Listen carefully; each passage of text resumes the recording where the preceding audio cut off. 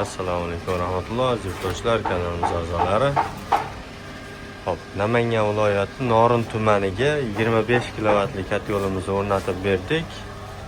Xohlasa 53 gradusga olib chiqdi. Hop, bu qora ko'mirda hech yonishni ko'rsatmaganda. Ha, bu qora ko'mir, eng mayda ko'mirda.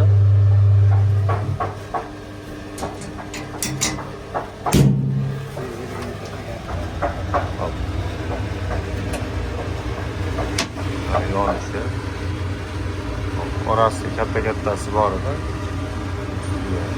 Tashlangan. Yonishi shunaqa. Hop, qora ko'mirda shu kul uchishi shunaqa bo'lib turadi. Hop.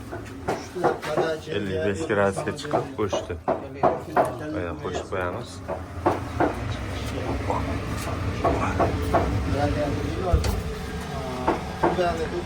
Iloji boricha qora ko'mir lekin tavsiya qilmaymiz.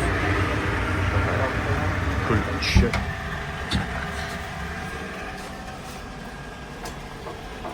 Kimga shunaqa sifatli kat yo'llar kerak bo'lsa, aloqaga chiqarsa 21-asr Teplo Xudo xolasa ishlarini chiroyli qilib bitkazib beradi. Vaqtincha qo'yib qo'yildi bu. Ularni uydagilari rostlab chiroyli qo'yib oldi. Sifatli qilib chiroyli qilib o'rnatib berdik. Yoqib berib,